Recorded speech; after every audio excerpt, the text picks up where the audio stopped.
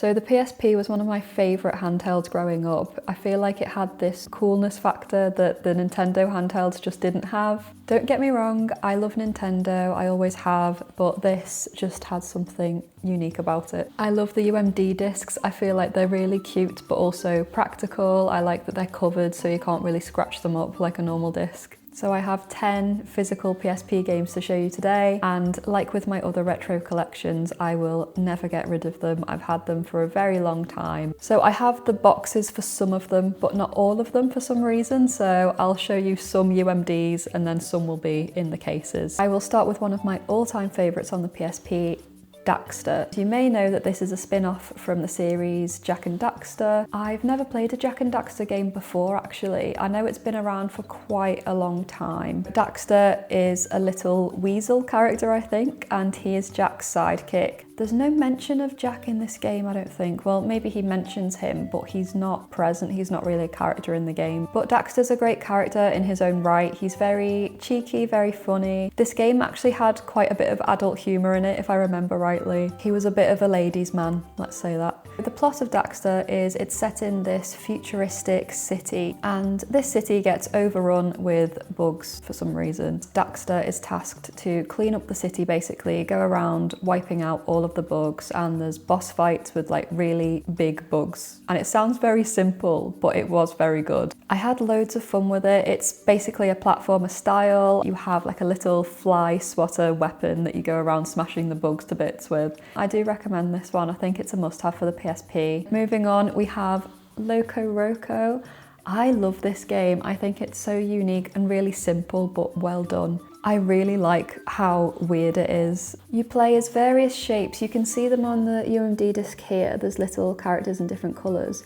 And I think they all have different abilities. You have to roll them through different levels and use their abilities to traverse through whatever puzzles there are. It sounds really simple, but there are some levels that I can still remember for how creative they are. It's in 2D, it's got a really colourful art style, which is nice as well. It's very, very cartoony. I remember the characters would sing to the soundtrack, and then if you would split the characters into smaller shapes, more voices would sing, and it would change the way that the music sounds, which is quite a unique touch as well. I loved seeing the Loco Roco cameo in Astrobot when I played that. I couldn't believe it was in there. Obviously it's a PlayStation IP, but I didn't expect them to add it, so it was a nice surprise. The game that originally made me want to get a PSP in the first place is a really random one, and that is Eragon, so based on the movie, based on the book. I loved both the book series and the film for Eragon, so I really wanted the game. My cousin had Eragon either on his Xbox or PlayStation. When I used to go around to his house, I'd have a go of it, and I really loved it. I thought it was so cool that there was a game that you got to ride a dragon in. So when I did get the PSP, my small child brain thought that any game on a main PlayStation, when it was scaled down, would be exactly the same game. I didn't understand that obviously the graphics would be very different. A lot of the time the entire game would be very different, and that was definitely the case with Eragon. So yeah, it was very different. The story wasn't really there.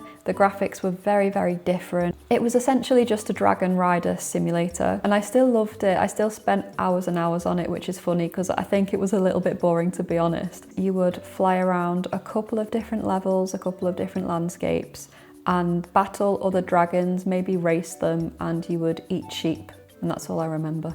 This next game is a great one, and I know a lot of people love it. It's Little Big Planet. Little Big Planet is one of the best series on the PlayStation, and I'm so upset that they've discontinued it. I think Sackboy has been replaced in favour of Astrobot, and I do love Astrobot, so I feel quite conflicted on it. I'm sure a lot of people watching will be familiar with this game. It's very creative. There's loads of character customization options in there, and you can even build your own levels. That's a massive point of Little Big Planet. The PSP version is still quite different from the other games. I remember the main story is that you would travel around the world, basically, so there was a lot of levels based on different parts of Earth. I specifically remember a desert level which was fun. There was one based on Hollywood which was good, and I really remember this alpine level. I think that was my favourite one. I can still hear the song in my head, so it must have stuck with me. I spent hours and hours and hours on this game. I definitely finished it. I remember one Christmas sitting under the Christmas tree and playing it. I know there's a PS Vita version and I'd love to try it. I think it uses the Vita's like back touchpad a lot. Then another game from a very loved franchise,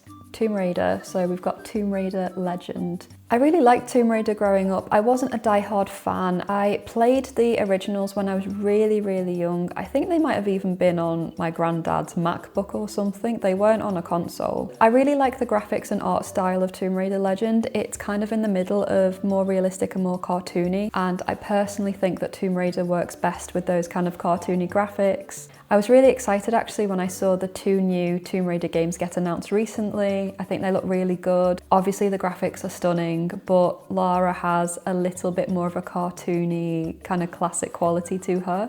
But yeah, I really enjoyed Legend at the time. I'll have to play it again to see what I think about it now. Next up, I have Super Monkey Ball Adventure. The original Super Monkey Ball games were quite simple. It would involve you just tilting these terrains and the levels would just be like a plot of grass or something in different shapes, and it was more of a puzzle game. But Super Monkey Ball Adventure made it more of an RPG platformer type of game. Now, this is a tricky one for me because I did really like it. However, it would make me quite motion sick, so I couldn't play it for too long at a time. That kind of tilting of the whole world would be what made me nauseous. Motion sickness aside, if you're not someone who suffers with that, this was still a fun game. It's got a really cute art style. I really like the characters from what I remember, and I like the level design in general. I actually have noticed now I've got a bit older that my motion sickness got better once I got glasses, so I might put my glasses on and have another go. So the next game I have to show you is The Sims 2 Pets.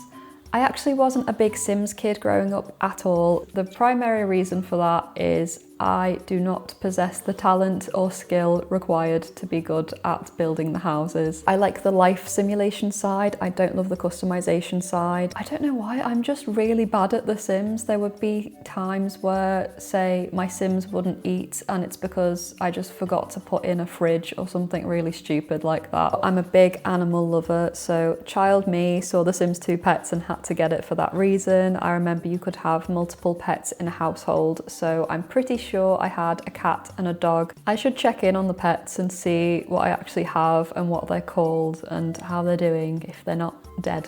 If you are a Sims fan, I think this is a nice addition to the series. I did find on the PSP that Sims games load really slowly. Again, I think it's the scaling down issue, but if you can get past that and you like The Sims, then this might be a fun one to pick up. And then I have The Golden Compass. Now, my favourite book series of all time is Philip Pullman's His Dark Materials. His Dark Materials inspired the film The Golden Compass, which obviously inspired the game. I remember being so excited to play this. I was a massive, massive fan of the books growing up. For some reason, in the 2000s and 2010s, it was more commonplace for games based on films to come out. So for a game based on a film, The Golden Compass is actually really good. I remember it was super fun. There was quite a variety in gameplay mechanics as well. So if you're a fan of the books as well, I would recommend this game. It feels very immersive to be part of Lyra's world in that way. And the last 2 games that I have are also based on films, and they are both based on Pixar films. We have Ratatouille, which is a really good game. It's really underrated, I feel like. I had so much fun with this. It's again a fairly simple platformer, but one that's done quite well. There's a lot of sneaking around Parisian apartments and air vents, gardens, that kind of thing. I'm probably biased because it does hold a bit of nostalgia for me, but I would try it again. Like with a lot of these games, I haven't played them in a while, so I really need to see how they hold up, but Ratatouille was a fun one in my opinion. Lastly, we have Wall-E, and I'm showing you the back.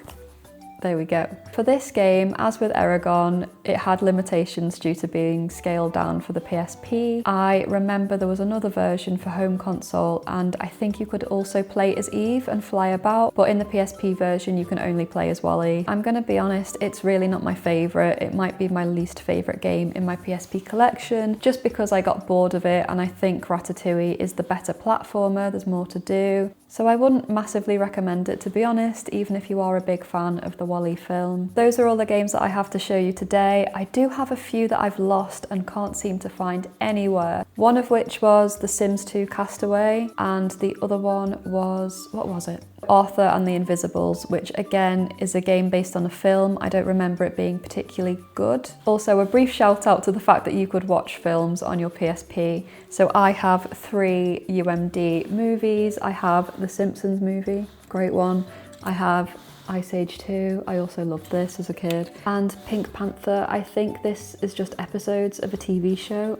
I didn't know anything about this, so I don't know why I have it, but I did repeatedly watch it. So yeah, that's my full PSP collection at the moment. I would love to get a PSP Vita. I think I've said that in quite a few videos now. I think that's next on my list for my collection. I have several more retro game collections to show you, so stay tuned for that if you would like. So that's it from me today. I do have a Tomodachi Life themed video in the works, so expect that one soon as well. Thanks for watching.